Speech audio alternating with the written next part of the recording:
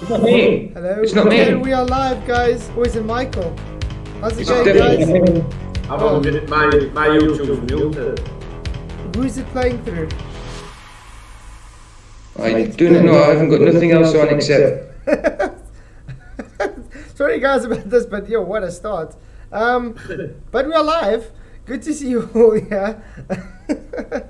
We don't know where that sound's coming from, but it came from. I haven't got a clue where that comes I'm from. like shouting at It didn't come from PJ. I like shouting at PJ. Mute. I was like, oh no. Okay, but it's gone now. Oh, don't know what was here. I haven't got a clue what that was. It sounded like a radio station. Yeah, I was. Sounds like a kids' TV program today.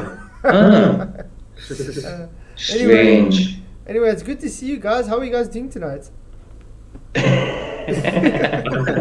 haven't got a clue what happened there, but yeah, good. We're not doing good, are we? No.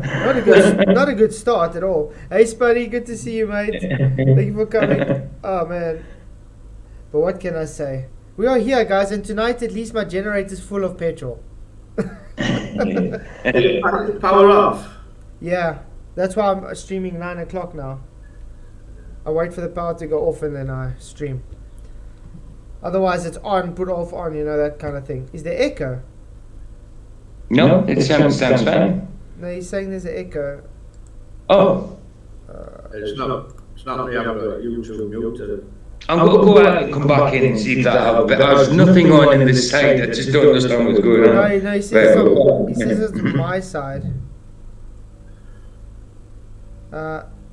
I hope it's working better now. Is it better? I'm still echoing. So. There we go. Spidey, is that better? Hey Jeff, good to see you. Thank you for coming. Glad you guys can all make it. Yeah, I was saying to Michael and PJ, I don't know how much people are going to come tonight, because obviously there's going to be a few going to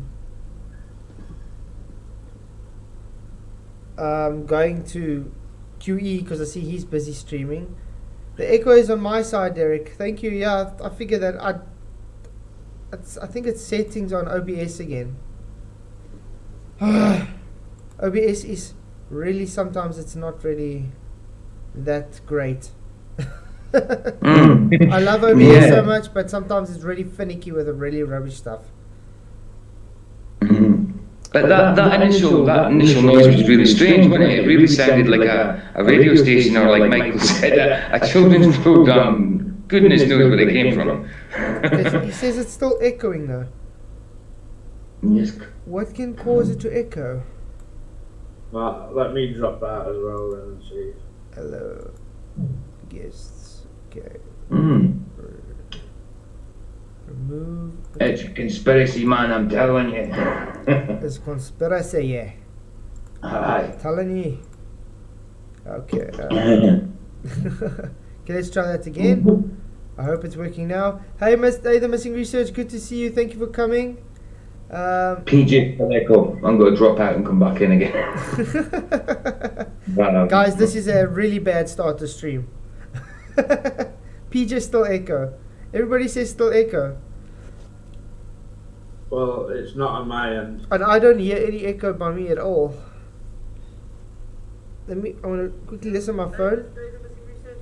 Spud says I'm alright now. Yeah, it's PJ's got the echo, yeah. Okay, Michael, you shop now. Okay, he said it's okay now, so it's PJ's side. I'm a shot, yeah. My head's shot. Anyway, guys, tonight was supposed to be about the Nephilim. That's right. So what we like now? Mike, check again. Mike, check for PJ. Mike, check for PJ. Check 1, check 2, check 3, 4, 5 and 6. That might be better. Okay. Yeah, guys, so tonight is all about the Nephilim. Let's try and get into it. I mean, it's been a while. Yeah. I hope you guys are all doing well.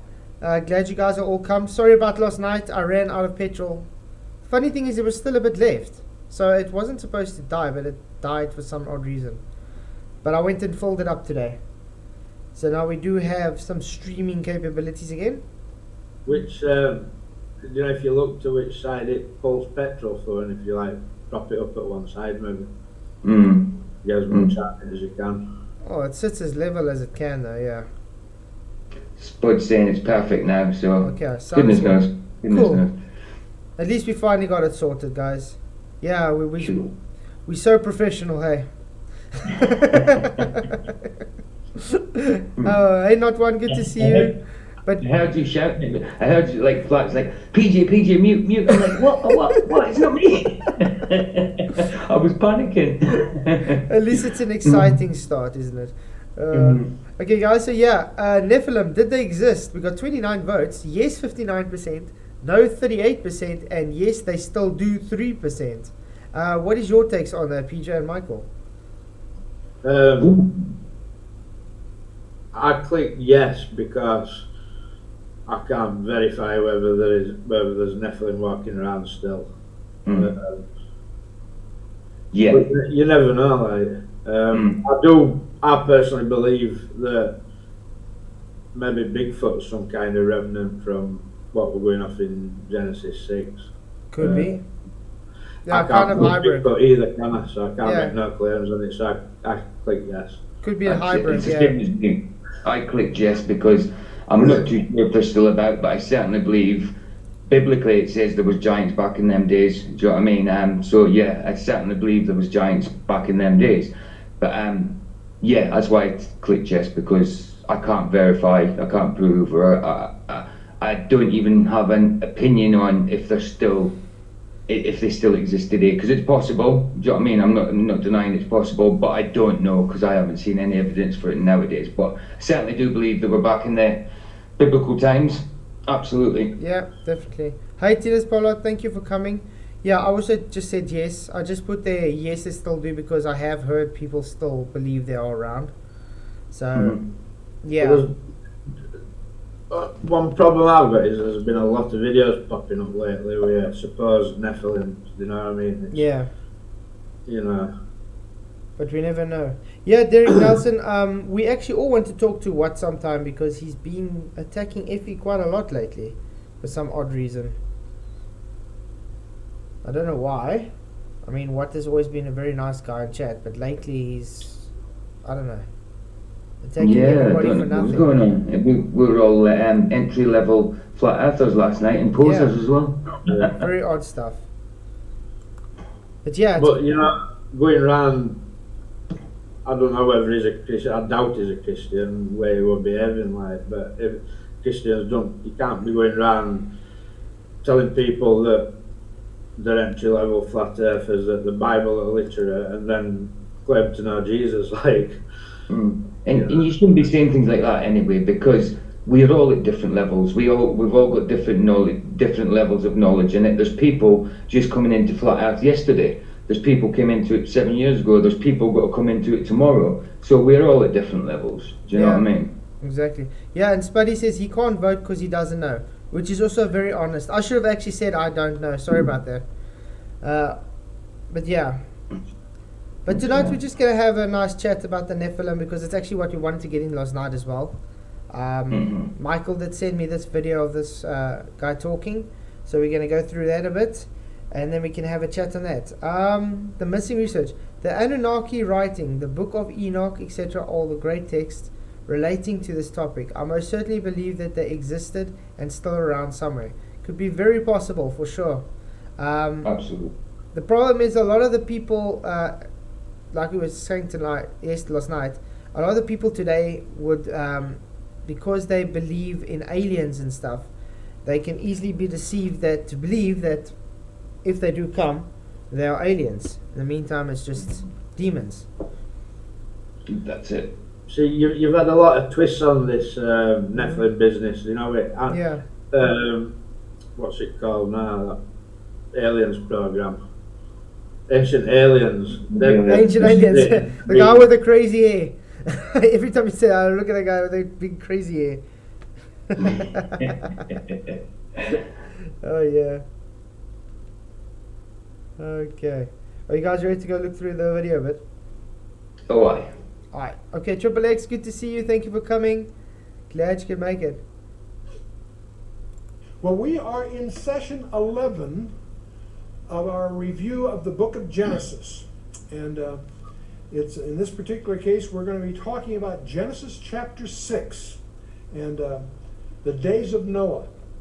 It may surprise you to see us, out of 24 sessions, spend a full session just on chapter 6. And there's some reasons I'm doing that.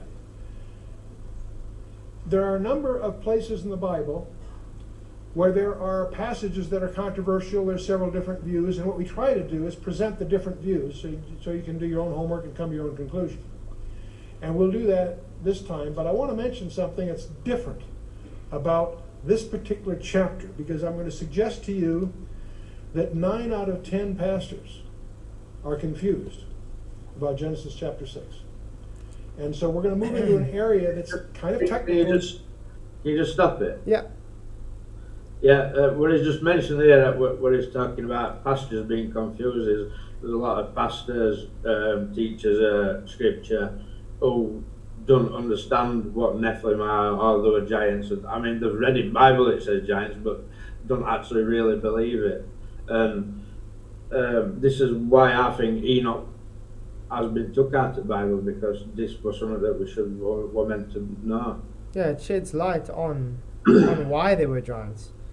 And yeah, that's what I said last night. It's more advanced. That's why the normal Christians are just kept out of the loop, you could say. And that's probably why they got rid of it, because they don't want the people to have the knowledge. And whatever we're going off in Genesis 6, Jesus thought it highly important to say, when it's like that again, that's when I'm coming back. Do you know what I mean? So that tells me that there was something major going on. Exactly. No, for sure. I mean, if he had to literally come and say, like in the days of Noah, then you would know, yeah, that should have been a very bad day. A bad time in history. I do know some like pastors and that, like old time pastors, like theologians and that don't even believe. Obviously, they knew the Nephilim was there, but they don't believe the Nephilim were giants. They believe when it says in the scripture that the sons of God came to the daughters of men. They don't realise that distinction between the two is separate people. They just thought that it was men coming into sleep with women. I've seen people not even making that distinction between them, you know? They attach it to, they call them sons of Seth. Yeah. Exactly. But yeah, sons of God, directly speaking, are created being, like otherwise, exactly. Angels. Adam were created. We're not. We come from Adam and Eve, but Adam were actually created by God, just like angels were. Exactly. Exactly. Yeah, hey, Gematria Wombat, good to see you. Thank you for coming, mate. Some respects, I used to regard it as just a peripheral, kind of interesting but peripheral issue.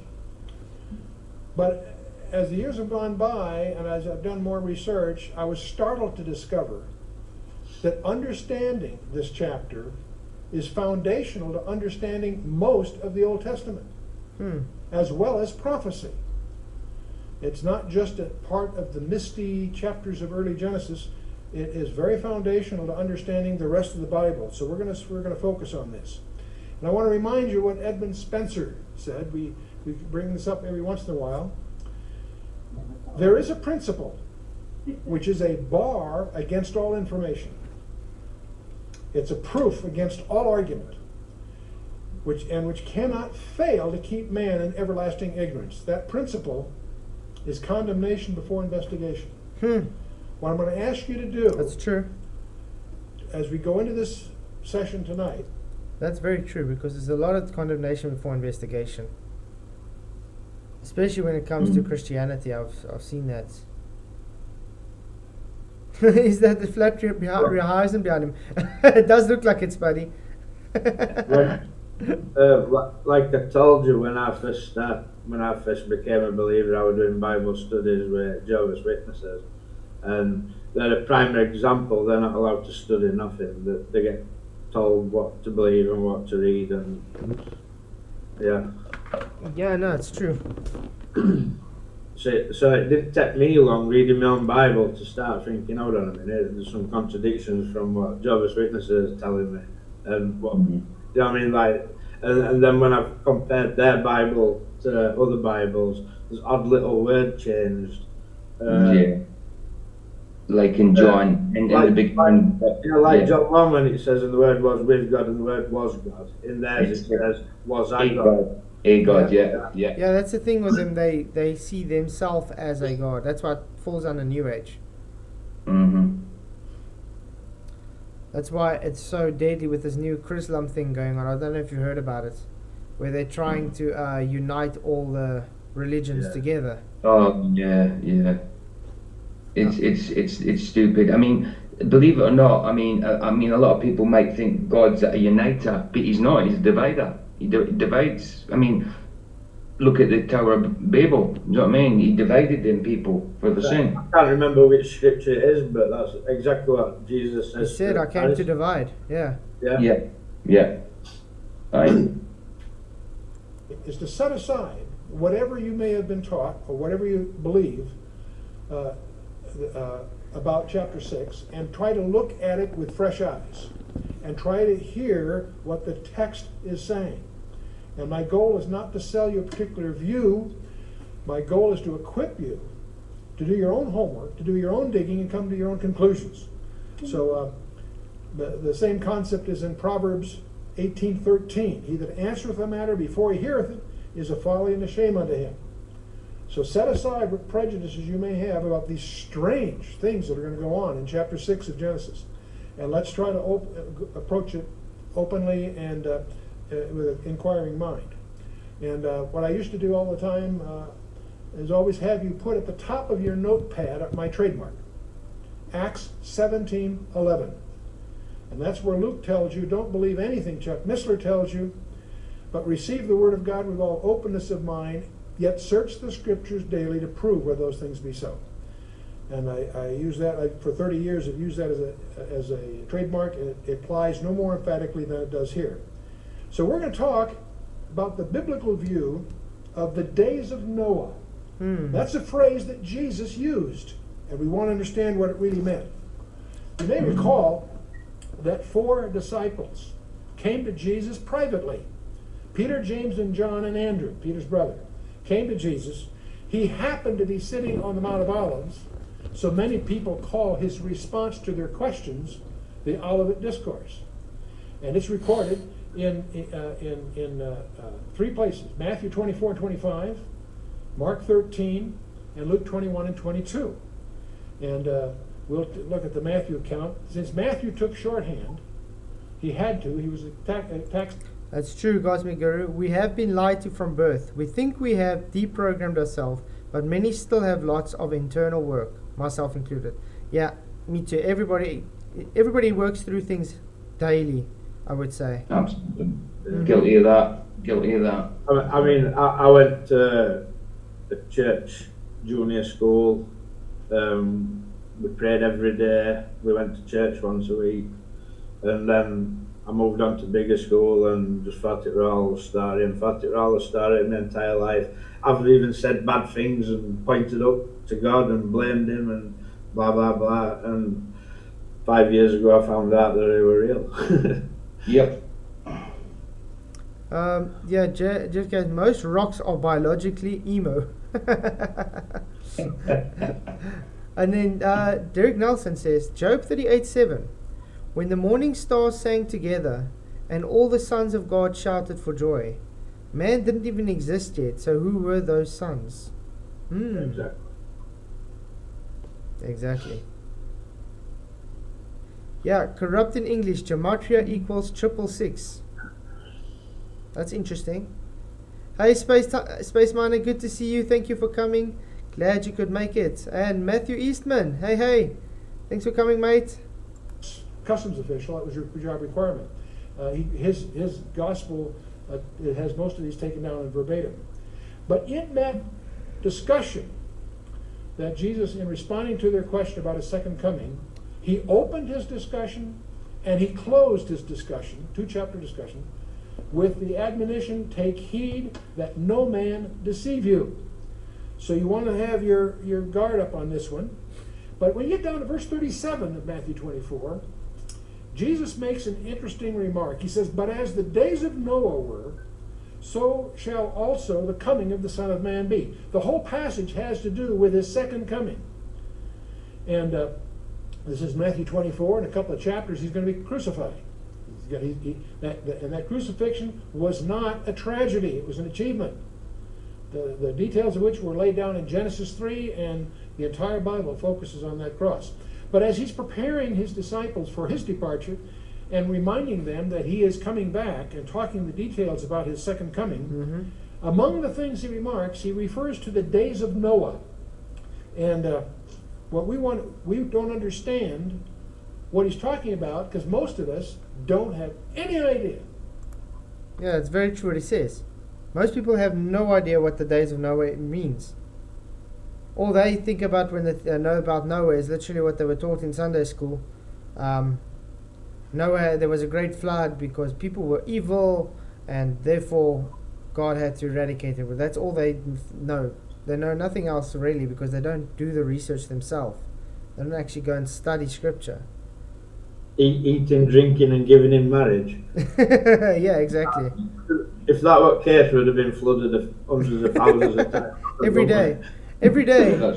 It's like, how dare we marry someone? How dare we eat and drink? Yeah, that's crazy. And the thing is, you do get pastors and stuff that teach that rubbish. Yeah, you do. Yeah, that's Jehovah's. I spoke to Jehovah's Witnesses on this subject, and I said, "What?" I asked them. I said, "What do you think it means when?" And they was like, "Oh, they're just eating and drinking and getting married and being naughty and that." I was like, "Are you for real?" I said, "Do you think God actually wiped everybody out for that reason?" Yeah. And they just looked at me, gone out, you know. We have no idea. Like Michael said yesterday, like Jesus mentioned about the days of Noah, and I mean that's why it's in Scripture, because we weren't there to witness it, so we can at least read it in Scripture and try and get an idea what the days of Noah were like. You know? We need to be able to reference it back. But you see, when he were talking to disciples, they knew exactly what went off in the days of Noah. They read all these scriptures, what they try and tell you that ain't canon. Well, they knew exactly what were going on. Hey, Face Reality, thank you for coming. Yeah, giants were the main reason for the flood. They were gonna extinct humanity. Yeah, so like when man could no longer feed them, they started eating man. Yeah, agree with that, Face Reality, absolutely. Yeah, let's go on. But it's good to see you guys. Thank you for coming. Or really like. Well, it was a day of great sinfulness. Indeed it was. But if that's all there was, we better get some light jackets. Okay. So what does that mean as part of the question? Well, we're going to explore. Genesis chapter 6 is preparatory to the ark and the flood and all of that. Most of us know all of it. How many of you know about Noah? Well, you've heard of Noah before? About 80%, no? Okay. I'm kidding, of course, but... Hey, Awakening Soldier, good to see you. Thank you for coming. Yeah. Enoch and the Book of Giants reveal much. True. That's why we're literally sticking on. That's why Enoch was not supposed to be taken out of the canon, but you know why they did it. It's to limit the person's knowledge. If you don't have wisdom and knowledge of something, then you're going to just be willfully ignorant to whatever's coming across. I mean, think about how much people today. How much people today, if they have the knowledge that, let's say from the books like Enoch and stuff, they would not turn to doing stuff that they do, just if they had that knowledge. I mean, that's why you get so much lukewarm Christians today in the churches, because they just literally, how can you put it, zombies. They go there, they just listen on a Sunday to church, the pastor, and then go home and do whatever they do anyway. Yeah, with knowledge comes wisdom, but how are you going to get the wisdom unless you've got the knowledge? Hence the Bible, you know, and these books. Exactly. Whew. The ark and all of that will be chapter 7, 8, and 9. 7 and 8, actually, and then 9 to the other. So we're going to focus, though, on chapter 6 tonight, particularly, because we need to understand that, because there are some conditions that will impact your understanding of almost everything else in the Old Testament, and thus the prophecies. So Genesis chapter 6, verse 1 and 2. Now the first thing I want you to notice before we get in this... That's actually also very true what Derek Nelson says.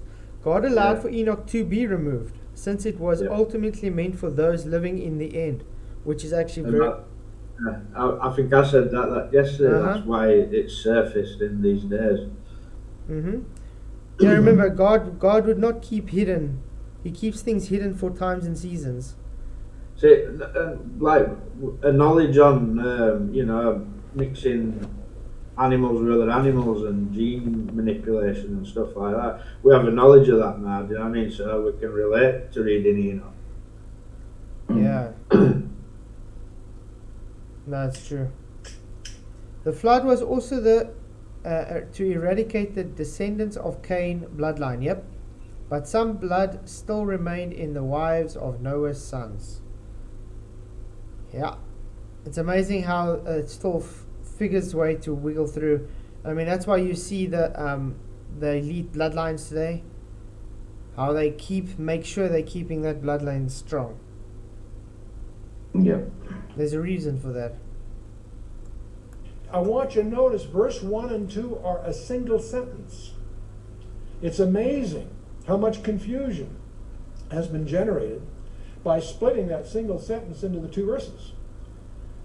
Genesis 6, verse 1 and 2. It came to pass when men began to multiply on the face of the earth, and daughters were born unto them. We just have to say, guys, face of the earth. That means I was just going to say the exact same thing. You don't get a face on a sphere. You don't. So yeah, flat Earth book. Best thing about it, this guy Chuck Meisler who was teaching, I think he's a baller. Like. Yeah, he's a globe believer. Yeah. But I mean, when we were globe believers, we didn't read this as face, like as a flat Earth. We would just see face of the Earth, and it was like, okay, normal. Yeah, it was just a terminology to us. You know what I mean? Back then. Yeah. Yeah. Unfortunately, Noah's 2 of 3 sons were bad blood. Aye. Hey Terry, good to see you. Thank you for coming. Glad you could make it. That the sons of God saw the daughters of men, that they were fair, and they took them wives of all which they chose. Well, the first thing it hits us is sons of God. What does that phrase really mean? The sons of God. You want you to notice when men began to multiply, that's men in general. No particular subset, we're just men multiplied on the face of the earth, and they had daughters. We're talking daughters in general. We're not talking about a specific group of daughters. We're born in them. That the sons of God, whoever they were, we'll come back to that, saw the daughters of men, that they were fair, they were attractive. I assume that was a general attribution. And they took them wives of all which they chose.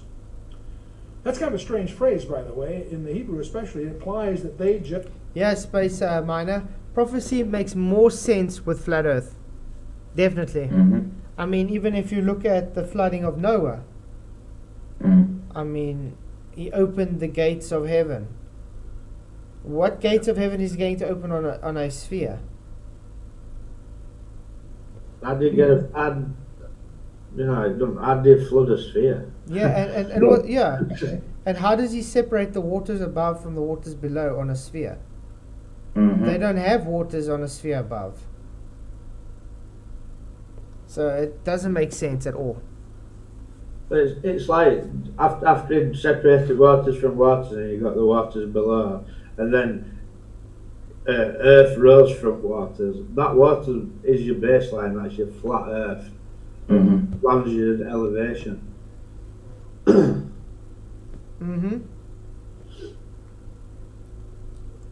The wives didn't have much choice about it. They took them wives of all which they chose. And so now, what about this word sons of God. In the Hebrew, it's Bnei Elohim, Ha Elohim, sons of God. But it's a phrase, to understand what it means, we need to examine the rest of the Bible. And you'll discover something interesting. That phrase is used of a direct creation of God. Okay, what did that include? Adam was a son of God. He was a direct creation of God. He fell, become sinful. You and I, as natural born sons and daughters, are sons and daughters of Adam in the natural. We have a genetic defect. It's called sin. Therefore, we die. Well, babies are innocent. No, they die also. Mm-hmm. See, even though they may be. Yeah, remember, we live in a corrupt, fallen world. So you can't expect. That's one thing I also don't get when it comes to like the atheists and stuff. How can you be for a God that lets suffering and lets people die, and and then they don't understand actually why it's that way. It's not God that created it that way. No. But what they don't realise is it were that way in the beginning. Adam and that. They were told not to eat from one tree. That's or it. die. And for his sin, we all live in sin. Mm-hmm. Born into it. Yep. Unfortunately, like I said, I mean, the world actually became corrupt when God threw Satan and his angels down, because then it's the world, Satan's world is, so obviously it's corrupt. Hey Brian, good to see you. Thank you for coming. Glad you could make it. Yeah. So obviously there's going to be sin in the world, and we all live in the sin. So that's why we needed Jesus to come and break us free from the bondage. That's right. Given certain allowances by God until they get the age of accountability, they also have a genetic defect called sin. We're sons of Adam, not sons of God. The term son of God in the scripture is always used of a direct creation of God. That includes Adam, and it includes the angels. In fact, that particular phrase, if you search the entire Old Testament in the Hebrew, it's always used of angels. There are some similar passages used slightly differently, but that particular term we maintain is a technical term referring to angels. Now I might mention something so you don't get confused. When you get to the Gospel of John, 1 John 11 and 12. It's actually a good question. Faciality. Question: if the sons of God took wives, does that mean all angels are male gender type beings? I've never heard of them daughters of God. No, and whenever angels come to earth, they always present as males. Yeah, remember God created us all out of his image, and then he created Eve as a companion from Adam's ribs. You understand? So yeah, the angels are actually male. And I think it says in Enoch, like when God's is slamming them for what they've done, and I think he says angels were born in heaven. There's no need, they live forever. There's no need to procreate. You know what I mean? Yeah, exactly. Probably. Well, God definitely knew what he was doing when he created the females. That's for sure. Keep us on our toes. Jimbo says he's got 3,000 images of giants. That'd be quite interesting. Have a look at that. Hey Jimbo, good to see you, mate. Yeah, that'll be awesome to look at. Speaking of Jesus Christ, he came unto his own, Israel, but his own received him not. But as many as did receive him, to them gave he the power to be what? Become the sons of God. And have life through his name. So the point is, that's why, that gets explained in John chapter, that's in John 1. John 3, he explains that there is a new birth in... Cosmic Guru, and be right back. Just saying goodnight to my plants. They go to bed at 8 p.m. when the lights go out. Okay, say night to your plants, Cosmic. See you now. Well, Watch that's not a figure of speech. what you're saying, because you never know who's watching these YouTube chats. I've actually seen when it comes to plants and stuff, if you give it positivity, it grows much better than negativity. I've seen it.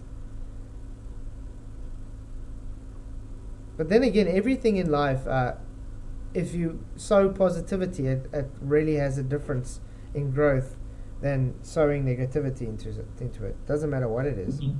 Exactly. Well, words are powerful, aren't they?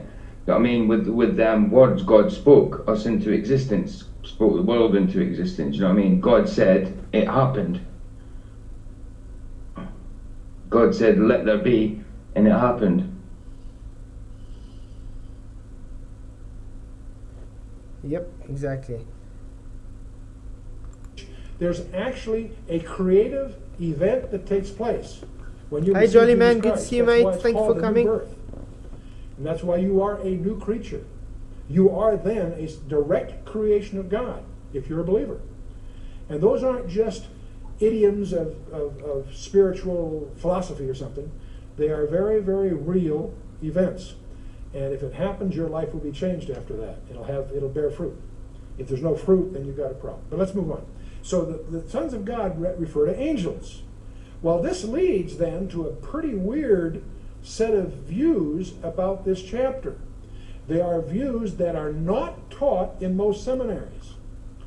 I remember when we published some of our books and stuff, I got calls from vice presidents of major publishing companies that were angry, not at me, but to realize that they'd graduated from seminary, in this particular case, and had never been even taught this view.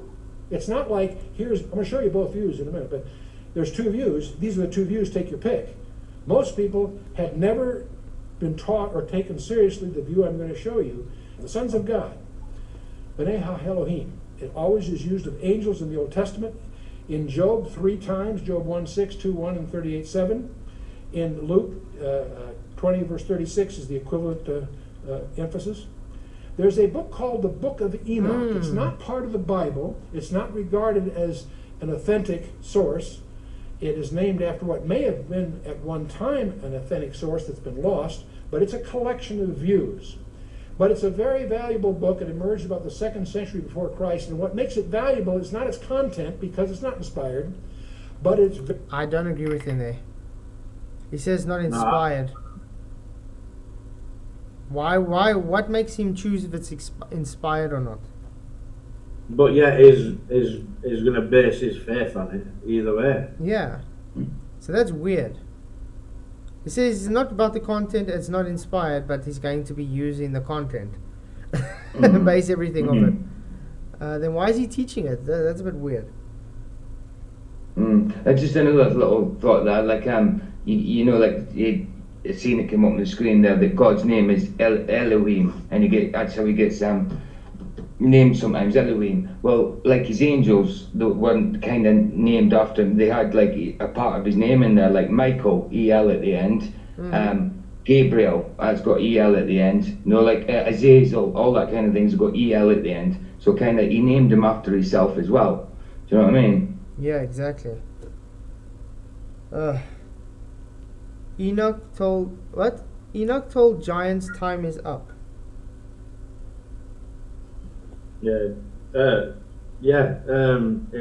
Enoch's job was to deal with him and tell him God's judgment.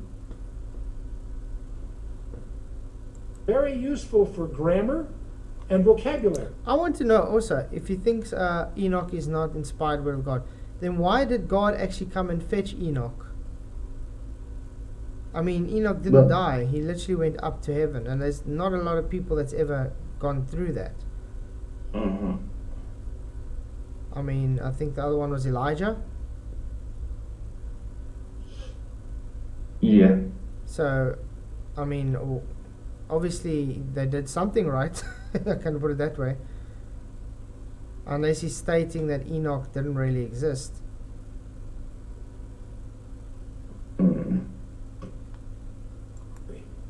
Because it's Hebrew, 2 centuries before Christ, and it deals with these issues. And it details this kind of thing. And so don't misunderstand me. I'm not suggesting the Book of Enoch is inspired literature. I am saying it's a useful reference point to understand the grammar and the vocabulary of that day.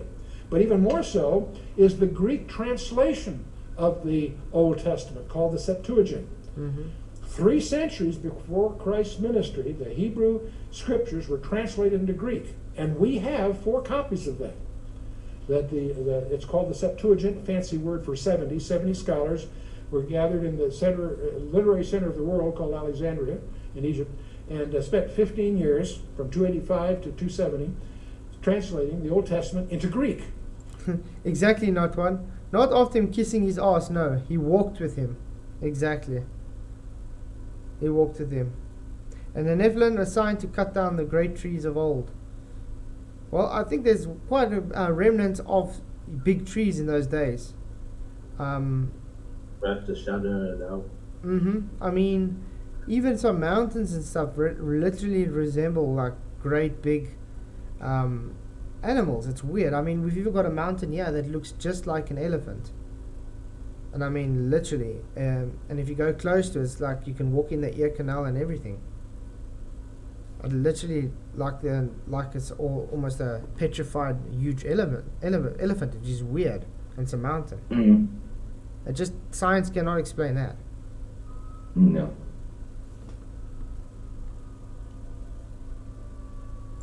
Now, what makes that so valuable is Greek is a very precise language. Incredibly. Probably no language has ever come along as precise as Greek. I don't know about that. Hebrew is a bit more pure than Greek, though. I mean, Greek have got like lots of words for the same kind of thing. Like for love, they've got lots of different words like agape, eros, and what is it? Agape, which is a godly love. Yeah. Eros, which is a passionate love, and phileo, which is a brotherly love. So they've got all these different words for love. But yeah, I agree with you. Hebrew is probably a bit more. Yeah, but you see, it was first Hebrew and then it got translated from Hebrew to Greek. Aye. And I think it was also Arabic first, also before that. I think the Old Testament. Jumbo speaks Hebrew. So yeah, so Jumbo, you know that Hebrew is very. I would say, hey, Des Studio, good to see you. Thank you for coming. So you would also understand that Hebrew is very, I would say, precise in their wordings. They also got a lot of meanings with specific words as well. So the context of a word means a lot of things. Yeah, Hebrew's the purest. Hey, Mike Young, good to see you. Thank you for coming. That's why I don't agree with him with the Greek, though. The Greek is, but Hebrew definitely. If you look at the roots of the languages, Hebrew is more pure, you could say. Verb has to have 5 conditions, and so forth. In the Septuagint translates this clearly as angels. And now it was done by the greatest Hebrew scholars 3 centuries before Christ's birth. So I'm going to suggest that at least in some of these cases, it's very authoritative. Now, it came to pass when men began to multiply on the face of the earth, and daughters were born of them, that the sons of God saw the daughters of men, that they were fair. And now we get to, we talked about Benai Elohim, sons of God. The daughters of men, I want you to notice what that is, Banath Adam in the Hebrew. The view... Quite easy compared to French. I wouldn't know. I can't speak French at all. French is awful. Yeah, it looks like quite a difficult language. I think I would rather learn to speak Russian before I speak French. I think by many. Sorry? I was just going to say, I think with Hebrew, they have like little symbols as well. Oh, yeah. Help you to understand what words sound in. Aye. Yeah, and I mean, even that little, just that little marking changes the meaning of a whole word. Even though it's spelled the same, and there's just a hyphenate thing on one letter. If it's changed, it changes the whole meaning of the whole word. No. Seminaries is that, well, that really refers to the daughters of Cain. And they try to create a situation that the sons of God referred to the descendants of Seth, and the daughters were of Cain, and they weren't supposed to intermarry, and that's what's involved here. I'll deal with that more in detail in a minute, but I want you to notice that's not what the text says. It's the sons of God, Benai Elohim, saw the Banath Adam, that is the daughters of Adam. So these are general girls, not girls of a particular of either of Cain or Abel or Seth or whatever. You with me? Okay. Now when you get down to verse 4, it says there were Nephilim in the earth in those days, and also after that, when the sons of God came in unto the daughters of men, and they bare children unto them. The same became the Hagibarim, the mighty men, which were of old, men of renown. There were Nephilim. That's the... There we go, Nephilim. Hi, Better Than Gold to see you. Thanks for coming. It's glad to have you in. Yeah, there were Nephilim in the earth, guys. Now, I know in the Bible they don't really, especially in the new translations, they call it giants in the earth. They don't say Nephilim self. And I've seen that a lot. And I think there's a reason why they like taking Nephilim out. I don't think Nephilim is giant, does it? Oh, yeah, but I mean, they've translated it to say giants on the earth. Yeah, I don't think that's where it translates to that. So, like I said, it's probably the reason they do that is because they don't want like something like the Book of Enoch or Josh and stuff to be referenced. But it's difficult because it would still get referenced anyway because it's everywhere. Hebrew word. Unfortunately, it's translated as giants in many English translations. See, there we go. Just like I said. They did happen to be giants, but that's not what the word means. The word in the Hebrew is Nephilim, and it's important to understand this word. It comes from a root meaning The fallen Nephal, ones. the fallen ones. The verb Nephal in the Hebrew is to fall or be cast down, to fall away, or desert. If you're a deserter, or if you so forth, the verb is Nephal. Nephilim are the fallen ones. So there were fallen ones. Now, what on earth are they? Also in that verse was the Hagibarim, the mighty ones. And these Nephilim, in other words, when these angels, now these are fallen. Hey, Mike Dorman, good to see you. Thank you for coming, mate. Yep. Imagine we were there to see that giant tree face reality. Hectic stuff. Angels, these are bad guys, you'll see in a minute. When they found some way to procreate with human women, they gave birth to hybrids. They were different than either of their parents because they were part human and part not human. And these were the Nephilim. And this idea shocks many people. It's very disturbing to many people, but let's try to keep an open mind and see what the scripture says and see what implications it has in our understanding, not just of the flood of Noah, but the rest of the Old Testament. Now, again, the Septuagint takes this word, Nephilim, and treats it, translated as gigantes. Because it's gigantes, when they translated from the Septuagint to the English, they called them giants. It sounded like giants. That's not what the word means, by the way, but you can understand why they did that. They really transliterated. So they translated in most English Bibles as giants. The word comes from gigas, which means earthborn. And it's the same word that they use in Greek mythology for... Yeah, but that's why giants came in the land, because they were sons of the Nephilim. Because think about it, the Nephilim were angels and stuff, and they were big in stature. They were giants, obviously, but they weren't giants themselves. So it makes sense how he's explaining it. So the Nephilim were the fallen ones to be cast, and the giants were that of earth. They were just the offspring of... They were the hybrids, you could say. That's why there were definitely giants in the land. And I mean, you still see it today, actually, with how much people getting some people that are quite huge in stature as well. For titans. Titans in Greek mythology were the offspring of gods, Greek gods, cohabiting with women. They were the demigods, half god, half man. Titans, Atlas, Hercules. These were in mythology these kinds of creatures. So that's what the word used for. Matthew Eastman, I'm detecting a giant problem in the past.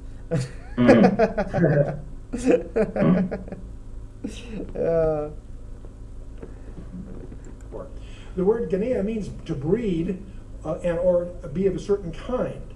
And the English word genes or genetics comes from the same Greek root. And there may be a linkage here that may surprise you that we'll get into this a little bit. Well, Genesis 3 said, "And the Lord said, My spirit shall not always strive with man, for he also is flesh, yet his days shall be 120 years. So from this announcement, there's 120 years before. Yep, when the giants died, they became demons because they are earthbound. Yep. Remember, they unfortunately are bound to the earth. So they would roam the place, and that's why you have demons today. Because they are got nowhere to go.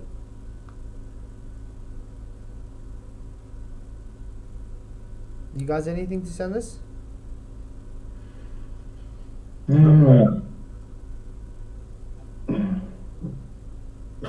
I mean, not. if we still had like the stature that they were now, and they could carry on breeding, we possibly wouldn't have the room for them, would we? We don't know how big this earth is, but it's a possibility that we might not have had. It would have been overrun by now, you know. Yeah, abomination, Gematria. Better than go. Ballers will say they can see the curve in the background. Yeah. Or the big event, which we'll talk about. And then verse 4, there were giants in the earth in those days. That's the way it would be in your Bible. The word is Nephilim. We're going to talk a lot about Nephilim in the earth in those days. And notice this, and also after that, these things occurred in those days, and they gave rise to the flood. But there's a phrase in here we're going to come back to later. And also after that, it didn't end with the flood. It was so universal that the flood dealt with it. But we're going to discover it wasn't limited to that. There's been some incidents since then. Anyway, and when the sons of God, the Benaiah Elohim, came in unto the Benoth Adam, and they bare children unto them, the same became mighty men, which were of old, men of renown. Now, when you get down to verse 9, we're going to be dealing with some other verses here in a minute, but I want to look ahead a little bit.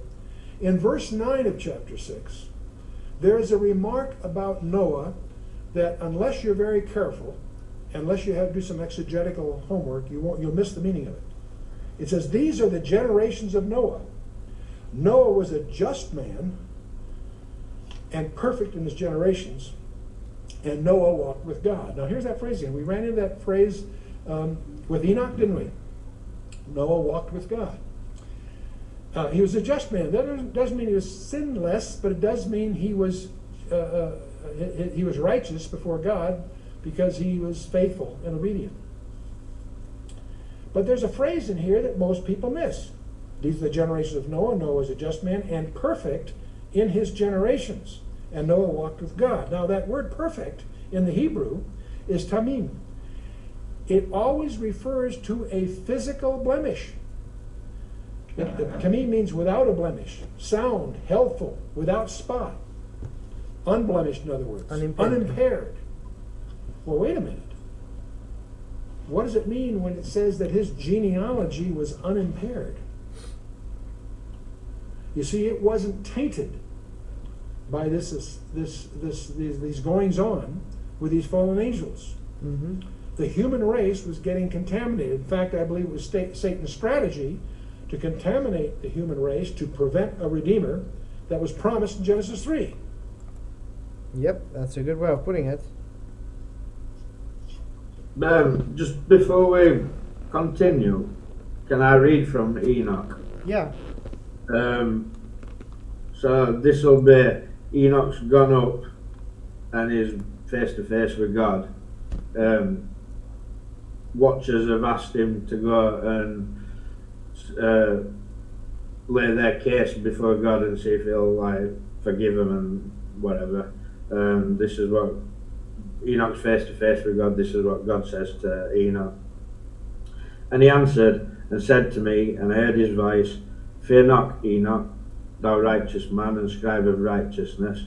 Approach hither and hear my voice, and go and say to the watchers of heaven, who have sent thee to intercede for them, you should intercede for men, and not men for you. Wherefore have ye left the high holy and eternal heaven, and lain with women, and defiled yourselves with the daughters of men, and taken to yourselves wives, and done like the children of earth, and begotten giants as your sons.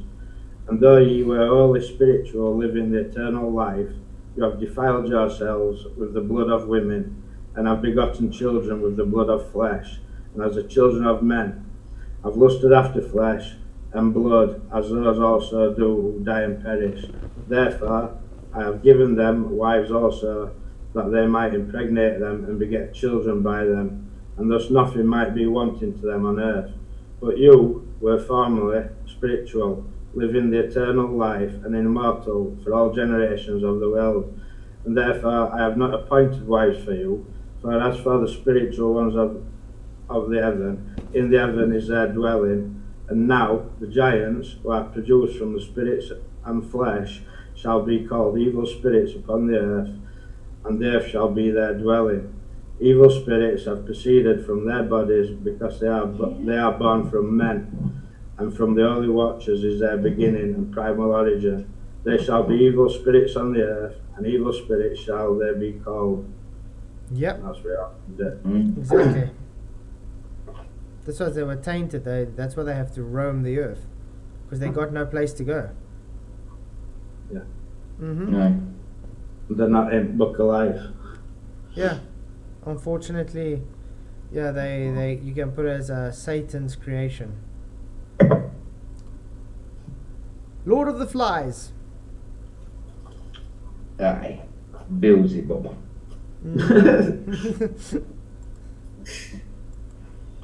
But Noah is an exception. He may not have been the only exception, but what was distinctive with Noah and his gang is that they were untainted His gang. by these goings on. Noah and of his the gang. I mean, Okay. the fallen angels. Now you say, gee, this sounds pretty weird stuff, Chuck. You're saying that these angels cohabited with women and gave birth to hybrids. Well, if that's a pretty weird idea. But if it's true, it's going to be confirmed in at least 2 places elsewhere in the Bible, right? 2 or 3 witnesses the law requires. If you turn to Jude, verse 6 and 7, that's the book just before the book of Revelation in the New Testament. Jude is making an argument that I'm not going to try to recreate here to take the time, but in his argument, he makes a reference in verse 6 of this little book. He says, "And the angels which kept not their first estate, but left their own habitation, he hath reserved in everlasting chains under darkness unto the judgment of that great day." So Jude's the brother of Jesus Christ. He's writing this little short epistle. He's speaking of angels that did something wrong. They kept not their first estate, but they left their own habitation. I'll come back to that word in a minute. He hath reserved in everlasting chains under darkness unto the judgment of the great day. Then he goes on to amplify this for us in verse 7. He says, "Even as Sodom and Gomorrah and the cities about them, in like manner, giving themselves over to fornication and going after strange flesh, are set forth an example for an example, suffering the vengeance of eternal fire." So here we have an allusion by Jude that these angels, which apparently went after strange flesh, which God, because of that, they are reserved in everlasting chains and under darkness. So they're given a very special treatment. Well, this left their own habitation, going after strange flesh. These are angels it's talking about here. The word habitation, here's another technicality. You'll find you won't find this in most textbooks, but the word in the Greek in the habitation is okaterion. It only occurs twice in the New Testament. Here in Jude, and in 2 Corinthians 5:2. What does this word okaterion mean? It means habitation, like a habit or a habitation.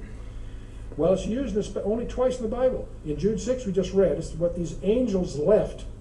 These angels left their habitation. Here it says, in a positive sense, it's speaking of the believer. For in this... Yeah, Matthew, it's odd that Enoch has so much reference to Bible verses. I mean, there's a lot of Bible verses referencing in Enoch as well. Hey, Mystical Rock, good to see you. Thank you for coming. Glad you could make it. I mean, that tells you alone that it's inspired by the Word of God, because it's not part of the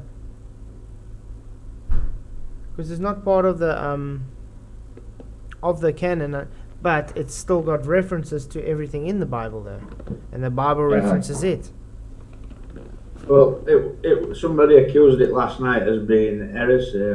Has anybody seen out that's heretic in it? So No. Nothing in particular that I've seen. Definitely if you not. fault it strengthens your faith. Absolutely. I mean, they can take it out as much as they want, but they can't take all the evidence away, can they? Because if they had to take the evidence away, then then the other verses in the Bible will not make sense. And like I say, there's no harm in reading it, and if you want to reject it, you can reject it. But there's no harm in reading it. You know what I mean? Be objective about it. You know. Yeah. But like to go and tell somebody not to read it, you know what I mean? You might be causing them harm. Do you know what I mean? Yeah. Exactly. Hey Chuck, good to see you, mate. Glad you can make it. Yeah, Chuck, I'm enjoying your streams lately as well, mate.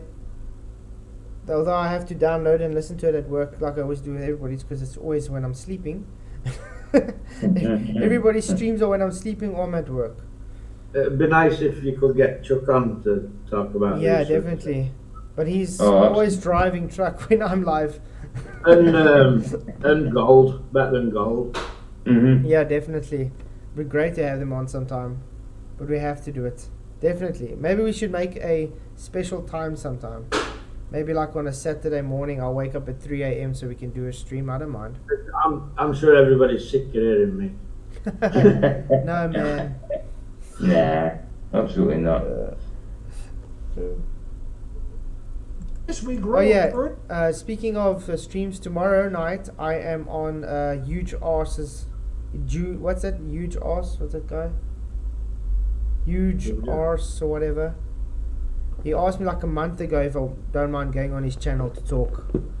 So I forgot it's tomorrow night. So it's gonna be 9 p.m. So I'm gonna stream earlier. Yeah. Is it what are you going on to talk about flat Earth? Yeah, flat Earth stuff. Is he a flat Earth? No, he's a globie. Yeah. So This should be good to review. Yeah, so I want to. That's how I'm saying. He did invite me. I'm going to see what he wants to talk about. I have no idea yet. So I'm going to probably be streaming it on my channel as well. So yeah. Cool. Do stay tuned for that, guys. Absolutely. But yeah, I think it would be cool if we can have like a stream together with Chuck and Better Than Gold. We can all do one big kind of stream. But yeah, maybe like on a Saturday morning or something, I can like wake up at 2 or 3 in the morning and we can do a stream. I don't mind. Well, I don't mind it. If I know it's going to be like early hours at morning, I'll get some sleep pre-hand. Yeah, that's why I say Saturday, so at least I can sleep it off on a Sunday. Yeah. Got to fit around Chuck and his driving. Yeah, as I said. But we'll work out something. Earnestly desiring to be clothed upon with our, and the same word, okaterion, which is from heaven. When we put this together, the angels that sinned shed the place they were living in, the body they were living in order to participate in this sin with human beings. That term is the body that you and I aspire to.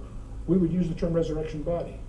See, in this we groan, earnestly desiring to be clothed upon with our habit or habitation, house, which is from heaven. You and I, as believers, aspire to having an okaterion, which is given to us by God. It's our immortal bodies. But that term is what these angels shed in order to participate in this mischief in Genesis 6. Let's look at another place. 2 Peter chapter 2, verse 4 and 5.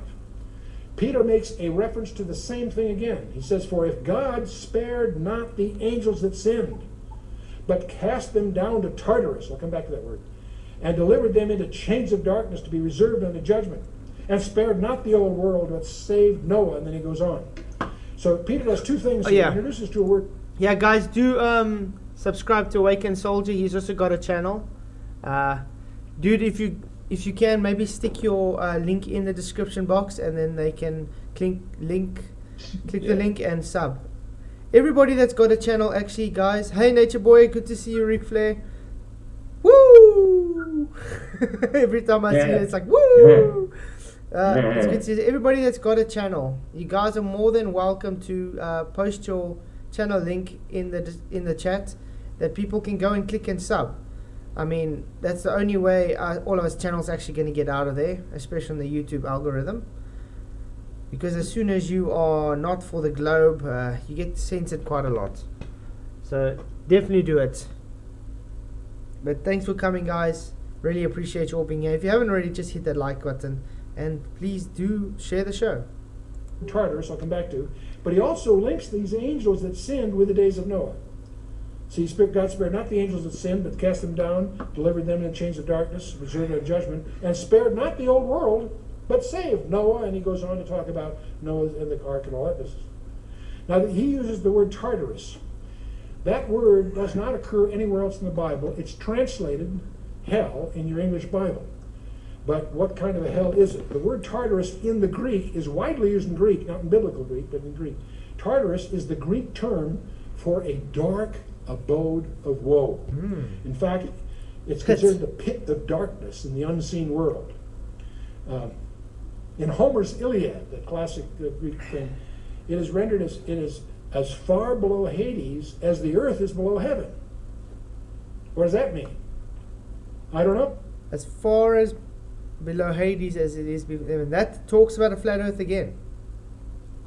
But you know what I will add to this? Where it stars. Oh, exactly. In the firmament. And what's up there? Is it dark? Yeah. If you read Enoch, he visits this place up there and he sees these big burning mountains. Yeah. And he's told that stars that have disobeyed God. So that darkness up there is this prison. Right. That's why I say Enoch is just much more in depth to explaining the things. Hey, Carol, good to see you. Thank you for coming. Glad you could make it. Oh, but I don't want to go there. Okay. Now, it's very possible that it might be synonymous with the Abuso. That's speculation. We're not sure. We'll see. But that's another story. Now, what's interesting about this weird view that I'm sharing with you about Genesis 6, we'll discover that that same idea is embodied in the myths and legends of every culture, ancient culture of the planet Earth. We're best known for the Greek Titans. The Greek mythology speaks of these demigods that are partly terrestrial, partly celestial. They apparently rebelled against their father Uranus, and after a prolonged contest, they were defeated by Zeus and condemned into Tartarus. Again, that's where the word comes from. And by the way, it's interesting that Zeus is not the creator. I've been doing a little study in Greek mythology. I'm fascinated. You always thought, well, Zeus is their name for God. Not exactly, because Zeus is still not the creator. So it's interesting. They don't reach that far in their thing. Anyway, here's pictures as Zeus is often rendered, who is the top guru here. And then you have Hercules. You all heard about Hercules. Yeah, but you must remember the Greek mythology is based off of the mythology of the Nephilim and stuff. Is it mythology, or are we just told it's mythology? Yeah, but I'm saying it's based off the mythology of the Nephilim. These Greek gods are actually the fallen angels. I would imagine they were these fallen watchers who, instead of watching on man and looking after them, they wanted to come to earth and be worshipped like gods. I mean, look at the same as the Egyptians. It's the same thing. It's very easy that the fallen angels came and they placed themselves as gods on the earth. Very easy. I mean, look at all the ancient technologies and stuff that's just submerged everywhere without them even communicating with each other. You understand?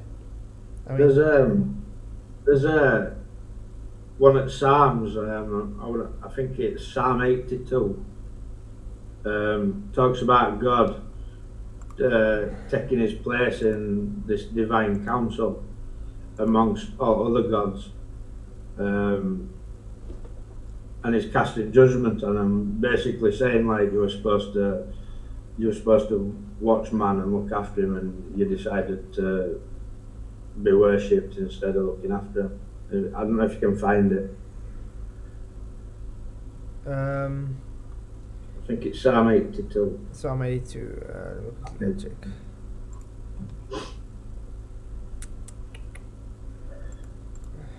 Just want to say hi to all the new people that's just come in. Good to see you. Yeah, guys, do subscribe to everybody. Face Reality's also got a great channel. Psalm 42. 82. Can you hear me? Yeah, Yeah. 82. Okay. Let's see. Psalm 82, a psalm of Asaph. God presides in the great assembly. He gives judgment among the gods. How long will you defend the unjust and show partiality to the wicked? Selah. Defend the cause of the weak and fatherless. Maintain the right of the poor and oppressed. Rescue the weak and needy. Deliver them from the hand of the wicked. They know nothing, they understand nothing. They walk about in darkness. All the foundations of the earth are shaken. I said, you are gods. You are the sons of the Most High. But you will die like men, mere men. You will fall like every other ruler. Rise up, O God, judge the earth, for the nations are inheritance. The Hebrew is plural. Exactly. These other gods must bear watchers, and instead of watching man, they abuse the position. Hi Owen, good to see you. Thank you for coming. Says Betty's constantly whining about feminist. Okay. Well, I'm glad you got somewhere else to go as well. I was wondering how much people are going to show up tonight because of QE's live stream. But at least it's staying steady with about 30, 31. So that's okay. It's good to see you guys. Really, really enjoying it. Yeah, we've got quite an interesting subject tonight, the Nephilim. I think it's going well. I'm enjoying it. Yeah, it's brilliant. I like it. Hey Moxie, good to see you. Thank you for coming. All heard about Atlas. In the Greek mythology, these would be in the Hebrew called Nephilim. They were offspring of human mothers and Greek mythological gods as parents. Now, if you study ancient legends, you'll discover the most earliest culture. Sumer has these legends. Assyria, Egypt, Incas, Mayan, Gilgamesh and Babylon, Persia, Greece, of course. QE does some for her, by the way.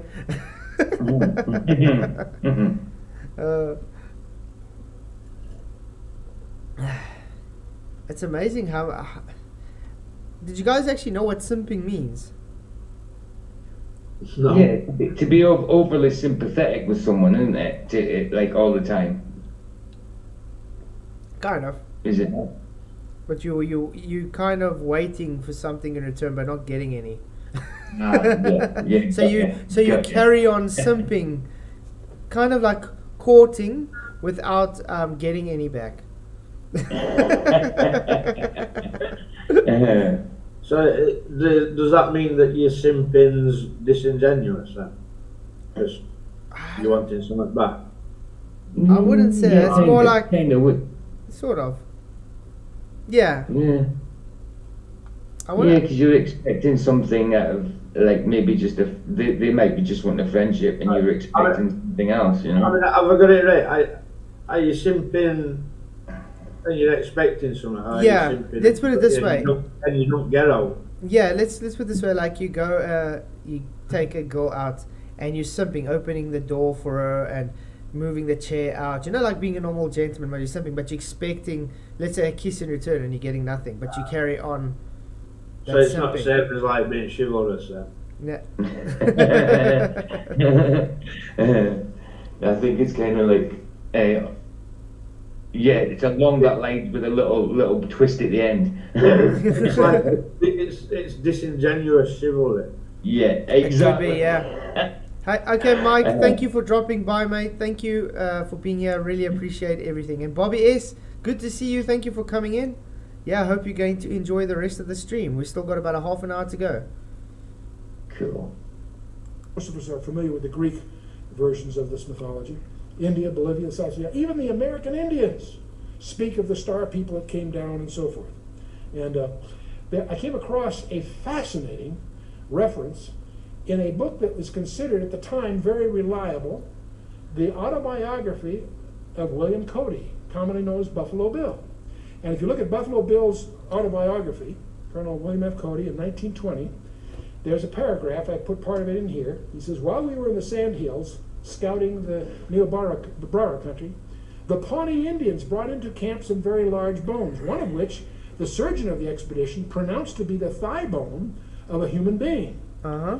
The Indians said the bones were those of a race of people who long ago had lived in that country. They said these people were 3 times the size of a man of the present day, and they were so swift and strong that they could run by the side of a buffalo, and taking the animal in one arm could tear off a leg and eat it as they ran.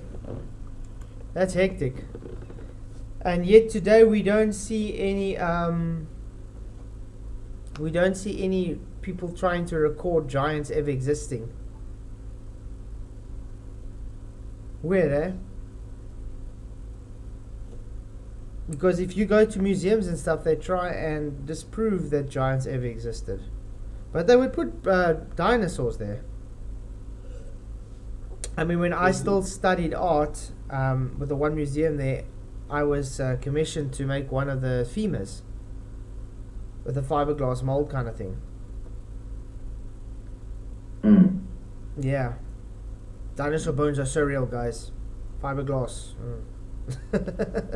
But think about it, a lot of the bones that they do have that are real, how do you know it's just not giants bones? Well, if giants were sleeping with other creatures, then surely these new creatures, Hybrids as well, yeah. Creatures as well. There's got to be it's a bit iffy, this dinosaur thing, because a lot of people say, oh, they're fake, but there's some pottery found dug up near a river, and it had like drawings of people riding dinosaurs way before they ever found any dinosaur bones. Yeah, how do you know that they didn't live in the days of Noah? That's what I mean. Like, I think it's just more wherever they dig up bones, real ones, if they do dig them up, I would imagine it's from days of Noah. Yeah, but like I said, what I would say with dinosaurs is not like what they depict us today, because it's very kind of fantasy world that they're going over. They falsifying it to make it look more majestic than it was. Let's put it that way. I mean, look at dragons. I definitely think dragons existed. There's no doubt about that. It's Leviathan. Leviathan was a dragon, wasn't it? But yeah, dragons, as we know them now, flying creatures that breathe fire. That's a new version of what dragons were. Just, I don't know, giant lizards or yeah, you know. But like I said yesterday, God's bragging about this creature in the Bible called Behemoth. yeah. And he says he's got a big tail like a giant cedar. So we all know what giant cedars are. And I've had this debate with a few Christians that are like, oh no, they're just talking about rhinos or elephants, like, but neither of them creatures has got a big long giant cedar tail. Yeah. I mean, so what are we talking about? I mean, to me it sounds like, best description I can think fits it is like a brontosaurus or something like that. Yeah, You very know? large reptiles. Right. Hey Football, good to see you. Thank you for coming. Yeah, that's what I said. Think about it. In those days, everything was larger. I mean, a lot of things are bigger, more oxygen in the world and stuff. How do you know that even, let's say, crocodiles then were much bigger? It's easy to just mistake it to say, oh, it was a dinosaur just because the size of a bone. Everything was bigger, weren't it? Yeah. I think, like, you can find giant chimpanzees that look exactly the same as a normal chimpanzee. Big giant fossils of dragonflies and stuff like that are like 2 foot wingspan. Yeah. Exactly. And that's why I laugh at the people when they try and bring up carbon dating. Oh, it's billions of years ago old, but there's never any actual how can I put it? There's no accuracy in carbon dating when it comes to anything, because they're literally just they're building their foundation on a belief that if this got this much carbon, it can only survive this long, blah, blah, blah, blah, blah. But how? Isn't it only accurate anyway to about 25,000 years? Apparently. Yeah, but that's just apparently. So I watched one guy talking about saying if you got all carbon in ever in existence, it'd have all gone by now. Yeah, face reality, exactly. Some ancient Crete cultures believe Adam was 90 feet tall. Talk about the million, exactly. That's what I said. God created in his own image. And as we've got through the generations, we've been watered down. Think about it. Everything's been watered down through the generations. So something has to come to an end eventually. Yeah, Cosmic Guru, Piltdown Man were an hoax. So that Lucy. Yeah, Lucy was talking about. Yeah, Lucy was definitely a hoax. They were just the chimpanzee. Aye. With a jawbone or something added, or some other animal. Only way they could ever prove this we come from apes is to find a missing link, and they've tried to forge it. They used to knock nose bones off human skulls in order to try and make them look more monkey-like. They do all sorts of stuff to... Sean Hawkins. Sean Hawkins is the missing link. Owens is height entropy. Well, I must say, Sean Hawkins is keeping himself busy these days playing computer games. Good. Oh, is that what he's doing? That's what he's doing now. So he shows it to his 12 audience playing computer games, yeah. He's only 142. You know what I mean? Shame. I think he gets the message that he's lost the debate. So now he's moving on to other things. So it's good for him. Because I think he's driving the people in the old age home insane.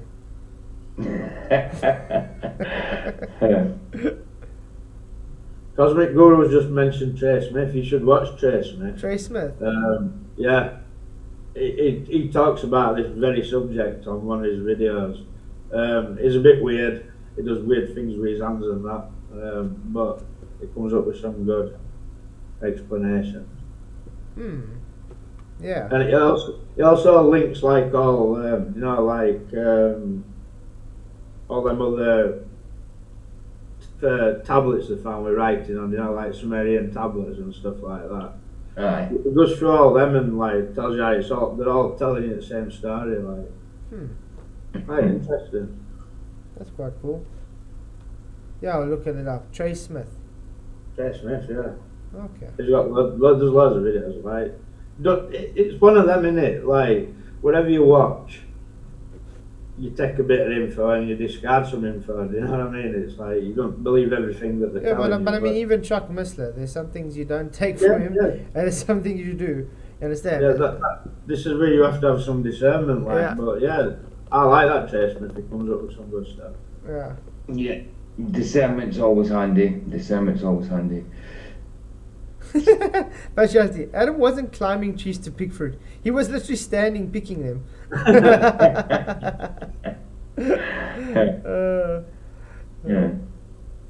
Yeah, think of the size of the bush he needed to cover his bush. it must have been a big old fig tree.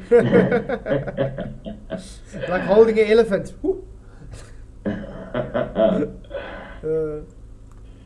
The bone was too big. Like, your Christians who believe in evolution will tell you that Adam were a monkey. Yeah, they do. Oh, yeah. They believe that's why. I've heard it. Yeah, they believe that's when he evolved to where he lost some. They lost some hair. That's how they evolved. That's what they mean with. Just these guys are really. I don't see why somebody that's all powerful. Do you know what I mean? He can do anything he wants. Would use something like evolution to bring us into existence when he can just speak us into existence. You know what I mean? Why would you go through that process? He did just speak us into existence. That's what Genesis says. Exactly. Let there be. It's like that, right? Why would God make somewhere for us to live and make it a sphere where he needs to then magic up some other way of keeping us on it because it's spinning around through vastness and rotating on its axis and stuff. Or would he just make a nice level plane for us all to build stuff on? Exactly. That seemed logical to me, Michael. Do you know what I mean? I'm with you there. The last time I remember, if you take a sphere and throw it in water, because I mean, remember in the beginning there was just water. It was God and water. Mhm. That's all it was. If you had to make a sphere there, the last time I checked, the water's not going to be separated by the sphere.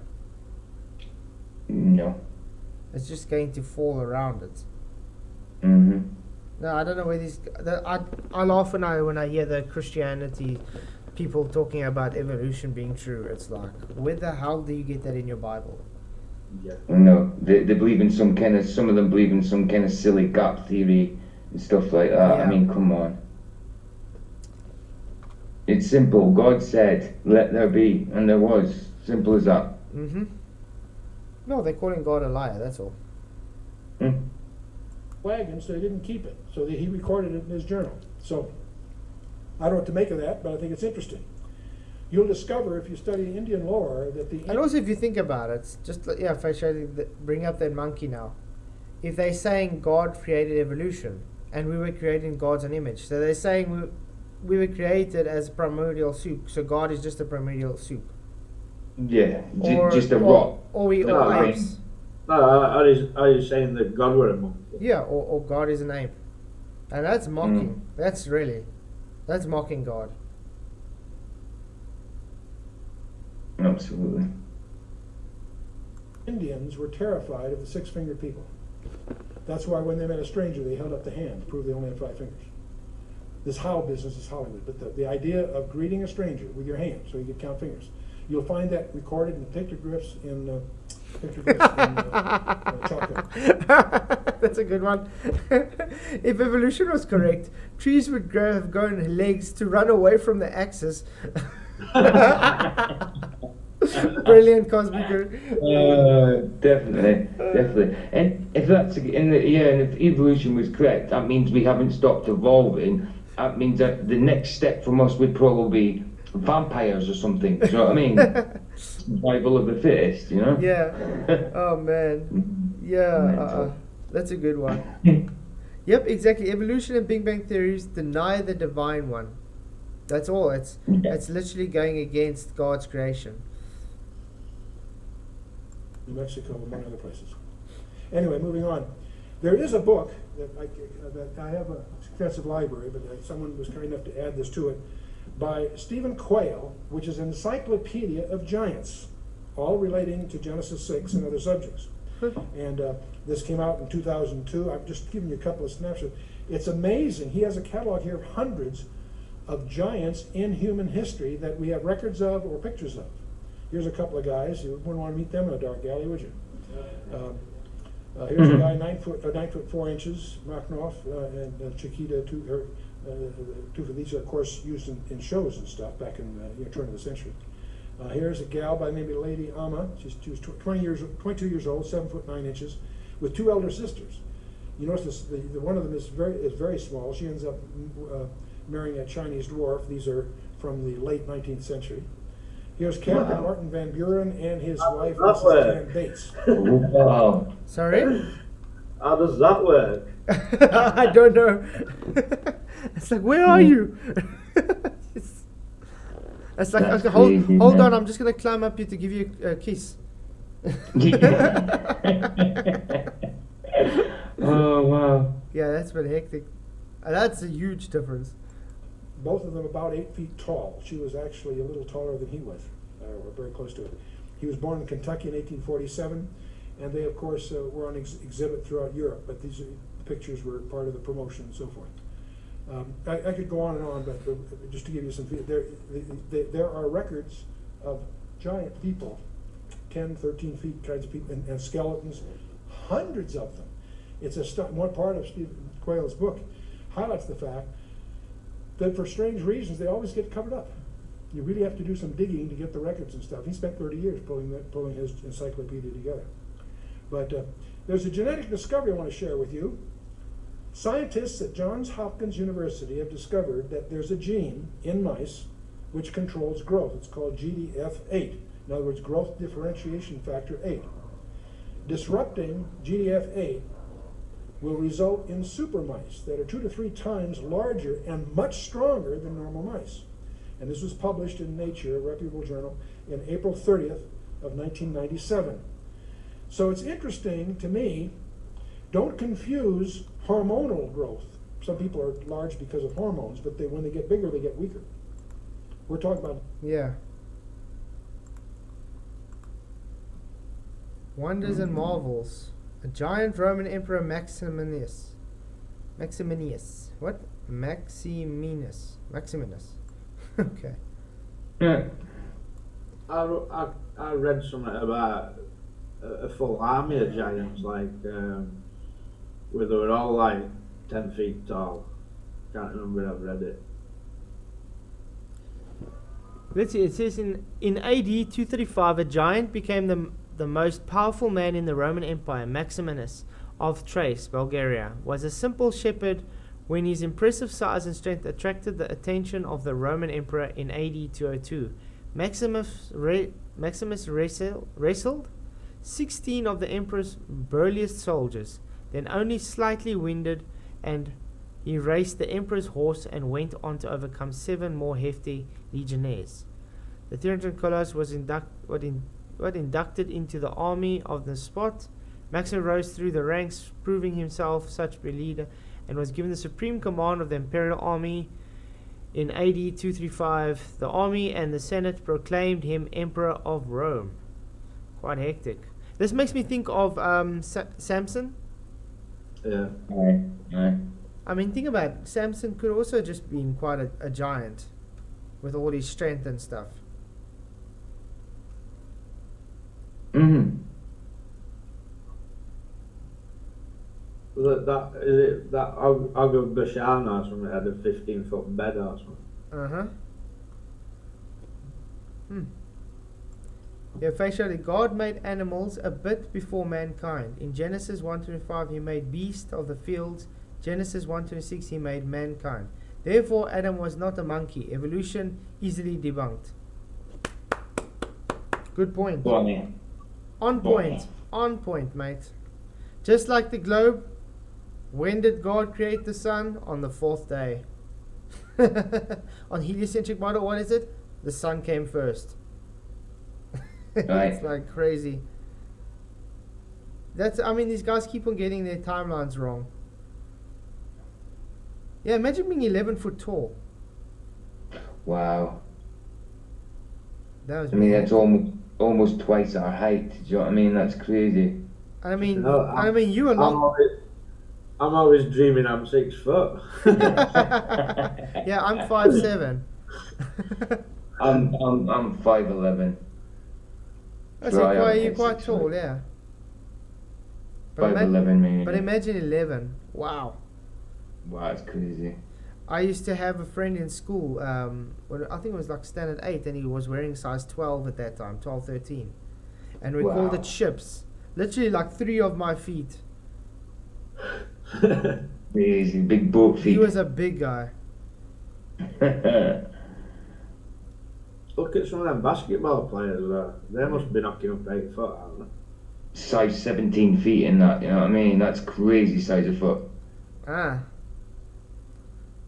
I know a lot of the people, some people have to literally get special shoes made for their size. They can't just go and buy shoes, they have to get it made for them, tailored. No. Mm.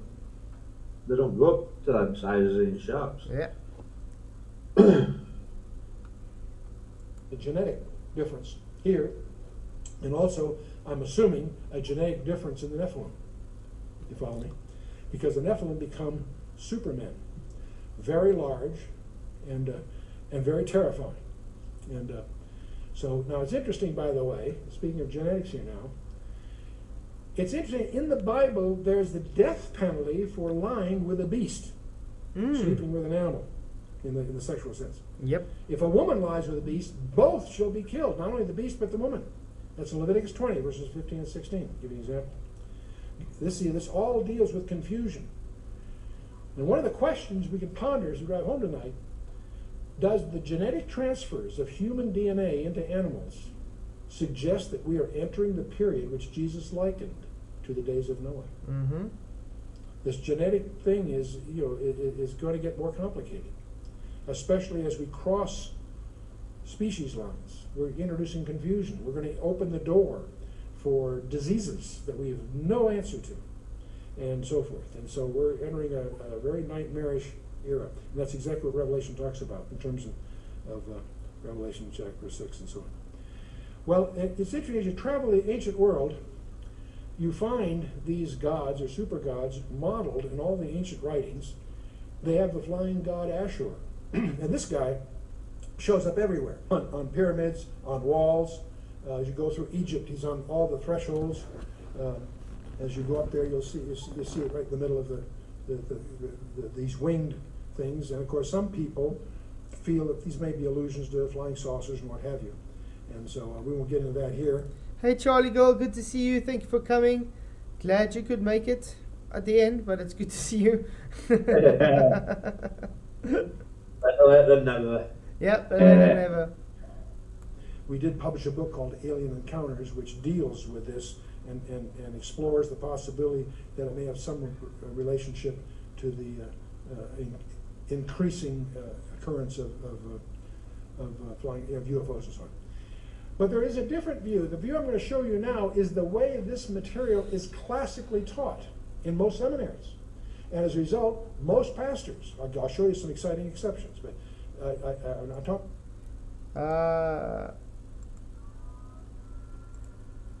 You said shadow ban. Is there any music on there that can be copyright striked? Awakening, I'd be more than happy to play it. I just don't know about the music though. But let's see.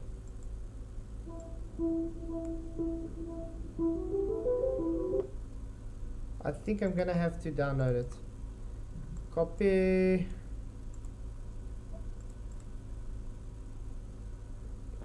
YouTube download.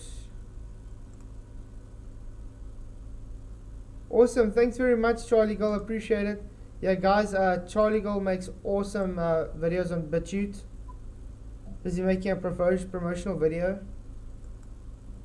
Really, if you can, maybe just stick your link in for the guys to go and check. Okay, download.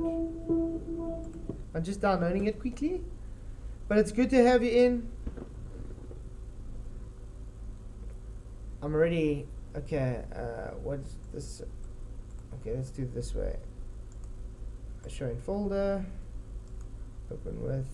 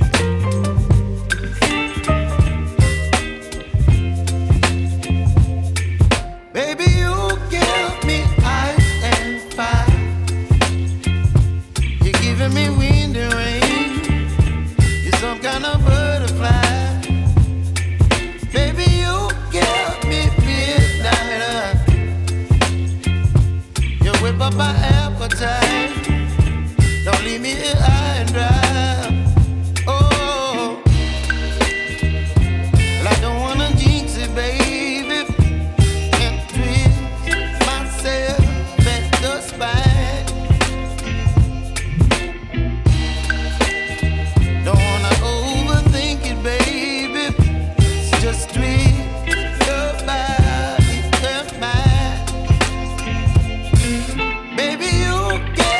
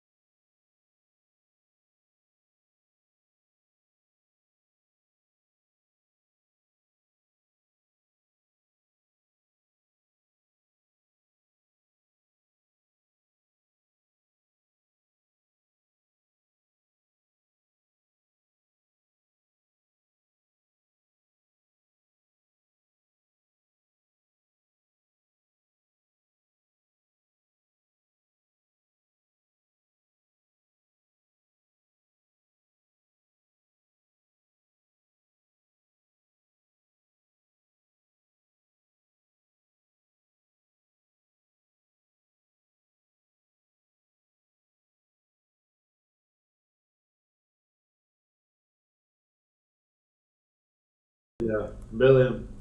Excellent. I'm gonna share it. Again, guys, do go click and subscribe if you haven't already. Dude, you need more than 504 subscribers. Definitely. Great Nice. video. So I think we're going to end it here tonight, guys. An extra sub anyway, I've subscribed. Oh, yeah, I've already subbed. Yeah, I always do that. I go to sub and I realise I've already subbed. I open a new tab and then sometimes I'll forget and just delete the tab without subscribing, so I'll just make sure I did sub first. Aye. Bye. Yeah. So I think we're going to end it there tonight. Excellent show, guys. It was good. Loved it. I liked it. Chilling. Proper chilling as well. I think it was a good show. Dude, it actually went quite quickly. It did. It's fluent. That's 2 hours already. Would you guys want to do more on the subject? I think Absolutely. I think Yeah. You try and get better than Gold on and Chuck and Aye. Aye. definitely. Because I mean, I watched a video with Chuck the other day, and he was just sharing some thoughts while he was going to work, to drive and that, and yeah, his thoughts were good. So interesting. So to get him on here to share that, his thoughts and stuff, that'd be brilliant. or anybody. Well, everybody, yeah, anybody. Anybody, someone else to talk to. Like. Absolutely, absolutely. Yeah, so thank you all for coming. Really appreciate you all guys coming. I enjoyed the show. You guys are awesome. Thank you for all the support. Yeah, tomorrow night I'm going to be on Huge Arse channel, a Globo. So we'll see what's going to happen there, but I will be streaming on my channel. So yeah, hope to see you guys there. Yeah, thank you for everybody coming. Thank you for all your support. Many blessings, and may the pressure be with you.